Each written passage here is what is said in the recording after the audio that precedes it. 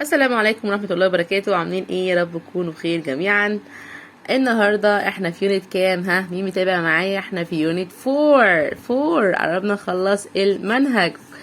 طيب تمام، يونت 4 خلصنا فيها lesson 1 الدرس الاول، والنهاردة في lesson 2 الدرس الثاني. ايه هو اللي بيكون بعنوان how.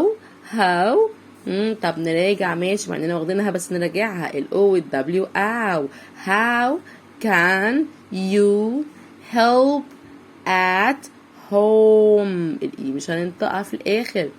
how can you كيف أنت help تساعد at home في المنزل.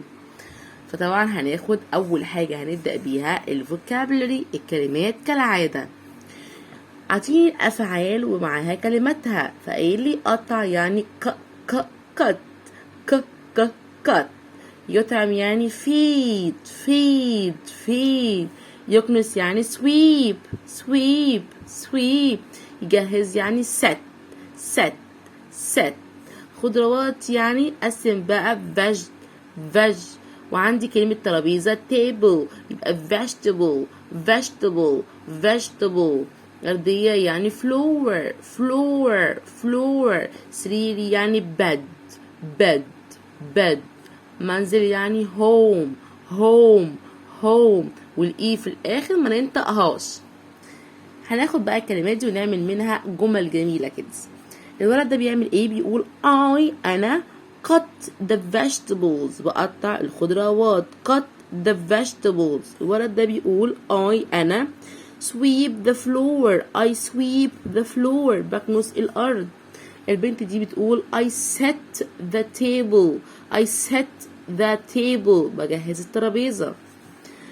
الولد ده بيقول I make وحط الإي في الآخر ما بننطقهاش. I make my bed، برتب سريري. وماي بتيجي قبل الحاجة اللي تخصني، فده سريره هو، بيقول my bed سريري أنا. الولد ده بيقول I feed the cat، بأكل أو بأطعم القطة. I feed the cat. دي كانت الكلمات وعملنا منها جمل اللي انا حطيت قبليها شخص انا، واقول الجملة عادي خالص. في حاجة تانية ولا اي حاجة؟ في حاجة صغنطوطة خالص بس. ايه هي؟ بص يا سيدي، احنا عندنا الضمائر بتاعتنا بنقسمها حبة جمع وحبة مفرد، حبة كبار حبة صغننين. حبة كبار we you they ومعاهم الاي، حبة صغننين he she it، هما دول الصغننين. لو احنا عندنا الكبار we you they ومعاهم الاي، we you they ومعاهم الاي، اللي بيحصل نحط الفعل زي ما هو، نقول we احنا set بنجهز، زي هما make بيرتبوا. طب لو انا عندي الصغننين اللي هي والسي والات، الصغننين النونو، لا لازم احط للفعل اس او اي اس. ازاي؟ يعني لو انا قلت شي هي، ما قلتش بقى الست تجهز، احط اخرها اس تبقى sets. لو انا هقول هي هو الصغنن، ما قلتش سويب، لا احط اخرها اس تبقى sweeps. لو انا عايزه اقول هو بس لوحده، يبقى هي هو cuts، احط اخرها اس cuts. اتفقنا كده؟ يبقى الصغنن هي شي ات نحط اخرها اس. بعد كده انا عندي هنا بقى الاكتيفيتيز الانشطه الجميله كلها عن الكلمات. لو انت حافظ الكلمات هتعرف تحل الاكسرسايز، التمرين ده. نقلب الصفحه برضو، هنا توصيل واعمل صح وحركات كده. نيجي هنا lesson 3 هناخدها طبعا ما فيهاش حاجه. lesson 2 جميله ولesson 3 اسهل منها. lesson 3 دايما بتتكلم عن الفونكس، الصوتيات، ازاي تنطق. هنا عندي ال A وال I انطقهم A. ماشي، انطقها ازاي؟ A. طب لو حطينا معاهم ال R يبقى air. pair.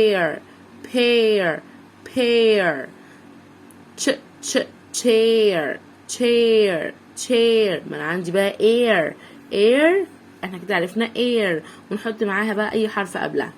نيجي هنا arm ايه؟ chair.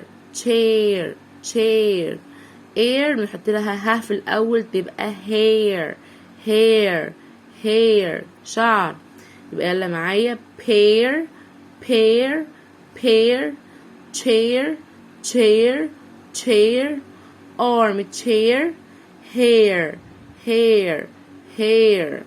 يبقى كده احنا قلنا عشان الاي قاعده فقلت ايه انطقتها هي الاول ايه وخدنا معاها الار air air. طب ميس الحرف اللي في النص ده لا ده جاي بيساعد الايه. مش احنا اتفقنا اللي هو فيه 2 شقاي الصوتين 2 شقاي صوتين 2 متحركين بنطق الاول واسيب اللي بعديه يبقى مش هنطق اللي بعديه انا هنطق الايه اقول اسم الايه air air.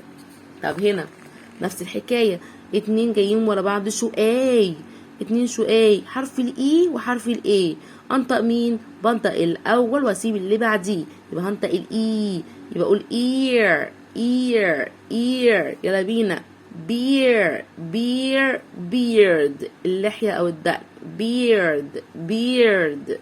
اذن ear ear ear يبقى طقنا الاي وسيبنا الاي يبقى beard beard beard ear ear ear. كده هي دي الكلمات الصغنونه خالص اللي عندنا في lesson 3. ننزل تحت هنا بوب كويز بيقول لك يلا كمل الصوت. طبعا هنا عندي beard بختار دي هنا عندي ear بختار دي طبعا انت حافظ بقى. هنا عندي chair بختار اللي هو الاير. هنا بيقول لي برضو كمل الكلمه حط يا اما ear يا اما air يبقى يا اما هنا عندي دي اسمها air ear. دي كانت الكلمات وعليها البوب كويز بتاعها. نقلب الصفحة مفيش اي حاجة خالص كلها برضو نفس الحاجة اصوات وكلمات ولا اي حاجة. بيعرفني ان الحركة اللي بنعملها من تحت دي اسمها كوما اللي نحطها هنا اسمها كوما.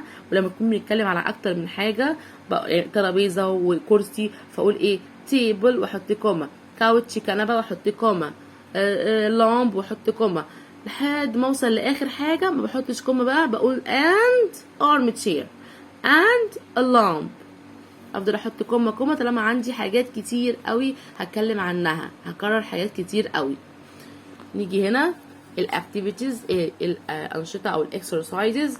هنا اكتب الكلمه قدامك. هنا هنرقم او هنوصل. هنا هنعمل ايه هنحط الكلمه اللي حسب الصوره. تمارين سهله انا مش هضيع وقت فيها انت حلها. لو وقف معاك حاجه ابعت لي. هنا رتب الكلمه. كل الحاجات دي متوقفه عن الحفظ. هنا بيقول بتقرا الجمله وتشوف صح ولا غلط. الصوره عندك اهي. بعد كده عندي نفس الحكايه صوره اكتب عليها الكلمه وهنا البانكتويشن. بعد كده هنلاقي lesson 4 and 5 ده هاخده الحصه الجايه.